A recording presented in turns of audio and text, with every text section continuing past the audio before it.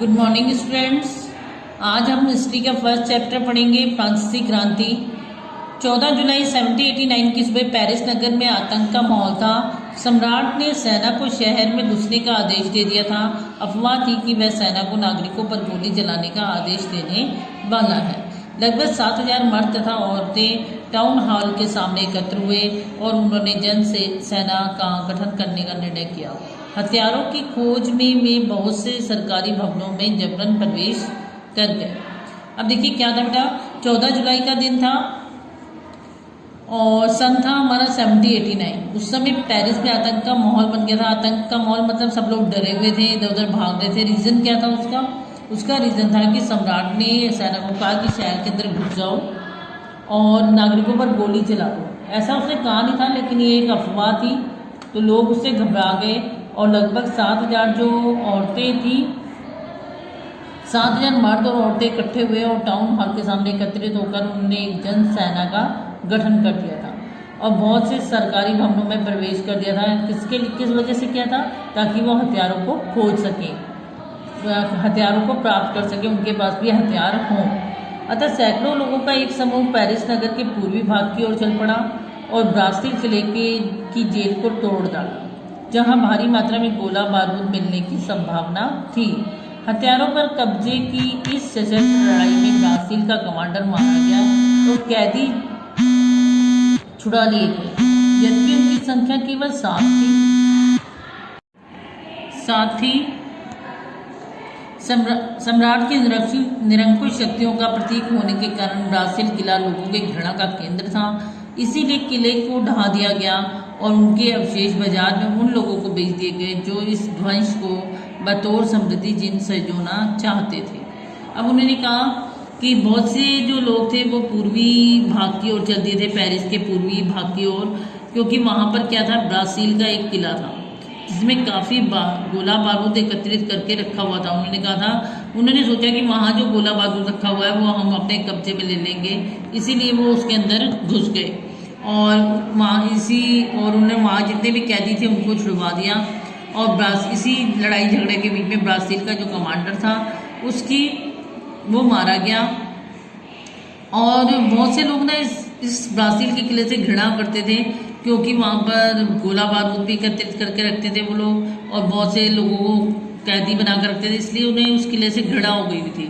तो उन्होंने क्या करा, जब गोला बारूद लूट लिया और अपने कैदियों को रिहा कर दिया, तो उसके बाद उस किले को तोड़ फोड़ दिया और उसके जो बचे हुए अंश थे वो लोगों को बेच दिए बाजार में। अब आपको कि टूटे हुए किले को कौन क्या करेगा?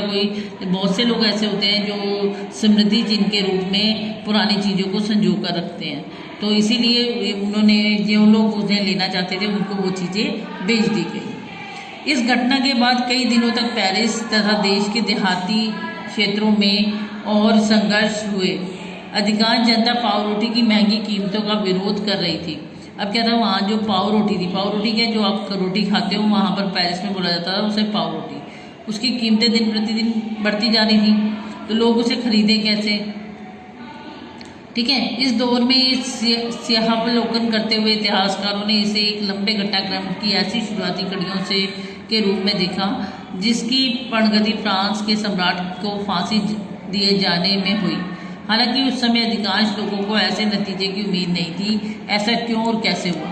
उन्होंने कहा कि क्या हुआ कि कह रहे इस घटना ये इतनी बढ़ती गई कि एंड में ये सम्राट को फांसी दिलाकर ही इस घटना का अंत हुआ। और लेकिन ऐसी उम्मीद नहीं थी लोगों को कि इस टाइप से होगा, लेकिन फिर भी हो गया। क्यों हुआ अब हम देखेंगे आगे।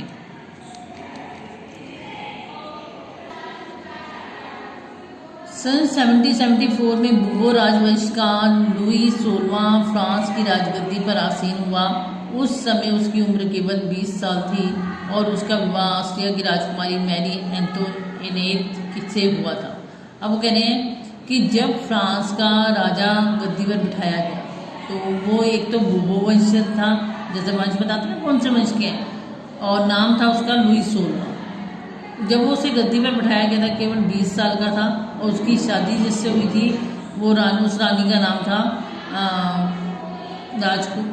Mary Antoinette. ठीक है, राज्य आरोहण के समय उसने राजकोष खाली पाया और जब उसे राजगद्दी में बिठाया गया था तब उनके राजकोष में बिल्कुल कुछ भी नहीं था, खाली था।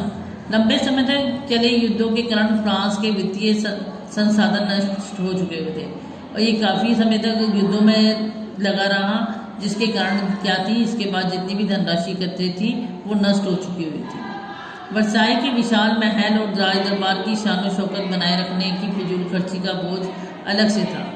और क्या था कि राजा जो है हर टाइम फिजूल खर्ची करता था, शान शौकत में डूबा रहता था और उस पर जो खर्चा हो रहा था वो अलग से। लुई 16वें के शासनकाल में फ्रांस ने अमेरिका के 13 उपनिवेशों को साझा शत्रु ब्रिटेन से आज़ाद कराने में सहायता की थी। अब फ्रांस ने अमेरिका की मदद कर रही थी उसके 13 उपनिवेशों को छुड़वाने के लिए, ब्रिटेन से आज़ाद कराने के लिए। यानी उसने जितने भी अमेरिका ने युद्ध किए ब्रिटेन से, उसमें मतलब फ्रांस ने भी साथ दिया, कहने का मतलब ये है। इस युद्ध के चलते फ्रांस पर 10 अरब लिब्रे से भी अधिक का कर्ज और जुड़ गया था और जिसके कारण मतलब क्या था कि अब फ्रांस भी कर्जदार हो चुका था 10,000 लिब्रे का। जैसे हम कहते हैं करोड़, इतने लाख, हम ऐसी बातें करते हैं तो वहाँ पे लिब्रे करेंसी के हिसाब से लगाया जाता है। तो 10 अरब लिब्रे के हिसाब से उन पर कर्ज हो चुका था, जबकि उस पर पहले से ही 2 अरब लिब्रे का बोझ चढ़ा हुआ था और 10 अब हो गया, 2 पहले ही था। तो सरकार से कर्जदाता अब 10% ब्याज की मांग करने लग गए थे और जिनसे उन्होंने कर्ज लिया था वो कहते थे कि अब 10% ब्याज करो और हमारा कर्ज तुम दे नहीं रहे, हमारा कर्ज नहीं चुका रहे, इसलिए वो डिमांड कर रहे थे कि हमारा कर्ज चुकाया जाए। फलस्वरूप फ्रांसीसी सरकार अपने बजट का बहुत बड़ा हिस्सा दिनों दिन बढ़ते जा रहे कर्ज को चुकाने पर मजबूर थी।